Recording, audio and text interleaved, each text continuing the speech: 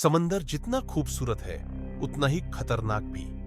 जो इसे हल्के में लेते हैं वो इसकी गहराई में खो जाते हैं। द शैलोज एक लड़की की कहानी है जो अकेले सर्फिंग करने जाती है, लेकिन उसका सामना होता है समंदर के सबसे भयानक शिकारी से। एक छोटा बच्चा बीच पर खेल रहा होता है, तभी उसे पानी में कुछ तैरता हुआ दिखता है। एक गोप्रो कैमरा वो उसे ऑन करता है और उसमें दो सर्फर दिखाई देते हैं जो सर्फिंग कर रहे होते हैं। अचानक एक शार्क उन पर हमला करती है। कैमरा पानी में गिर जाता है और वीडियो कट हो जाता है। अब कहानी नैन्सी नाम की लड़की पर शिफ्ट होती है जो एक ट्रक में बैठकर एक सुनसान मैक्सिकन बीच की तरफ जा रही होती है। रास्ते में वो अपनी बहन क्लो और पिता से वीडियो कॉल पर बात करती है। वो बताती है कि ये वही जगह है जहां उसकी मां ने प्रेगनेंसी के वक्त समय बिताया था। ट्रक ड्राइवर नैन्सी को बीच पर छोड़कर चला जाता है। बीच लगभग खाली होता है, बस दूर दो लोकल सर्फर दिखाई देते हैं। नैन्सी अपना वेटसूट पहनती है, सर्फबोर्ड उठाती है और पानी में उतर जाती है।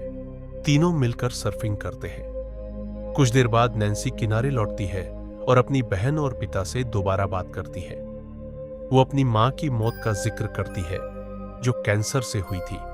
उसके पिता उसे पढ़ाई पूरी करने की सलाह देते हैं। नैन्सी आखिरी बार सर्फिंग करने के लिए पानी में जाती है, तभी उसे दूर एक मरी हुई व्हेल तैरती हुई दिखती है। वो पास जाकर देखती है, तभी अचानक एक शार्क उसके सर्फबोर्ड पर हमला करती है। उसका पैर बुरी तरह जख्मी हो जाता है। किसी तरह वो व्हेल के ऊपर चढ़ती है और फिर पास की एक चट्टान तक तैरकर पहुंचती है। वो अपने सर्फबोर्ड की पट्टी से खून रोकने की कोशिश करती है। वहीं पास में एक घायल सीगल बैठा होता है जिसका नाम वो मजाक में स्टीवन सीगल रखती है। चारों तरफ पानी है और उस पानी में मौत घूम रही है, एक भूखी शार्क। थोड़ी देर बाद एक आदमी बीच पर आता है। नैन्सी मदद के लिए चिल्लाती है, लेकिन वो उसका बैग चुराकर पानी में चला जाता है। तभी शार्क उस पर हमला करके उसे मार देती है। सुबह होते ही वही दो लोकल सर्फर वापस आते हैं। नैन्सी उन्हें चेतावनी देती है, लेकिन वे उसकी बात नहीं सुनते। शार्क उन दोनों को भी मार देती है। नैन्सी पानी में तैरता हुआ एक गोप्रो कैमरा पकड़ती है और उसमें अपने पिता और बहन के लिए एक आखिरी मैसेज रिकॉर्ड करती है। तभी उसे एहसास होता है कि हाई टाइड आने वाली है और चट्टान डूबने वाली है। पास ही एक सिग्नल बॉय दिखता है। वो तैरकर वहां तक पहुंचती है। रास्ते में जेलीफिश का झुंड आता है। उसका शरीर जल जाता है, लेकिन वो हार नहीं मानती। शार्क भी वहीं से गुजरता है, लेकिन उसे छोड़ देता है। बॉय पर उसे एक फ्लेयर गन मिलती है। वो शार्क की तरफ फायर करती है, जिससे पास की मरी हुई व्हेल में आग लग जाती है। शार्क बॉय पर हमला करता है।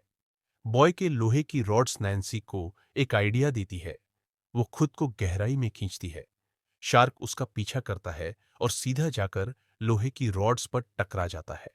सिर फट जाता है और वो मर जाता है।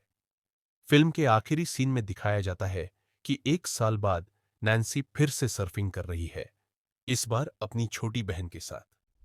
अब वो पहले से कहीं ज्यादा मजबूत है।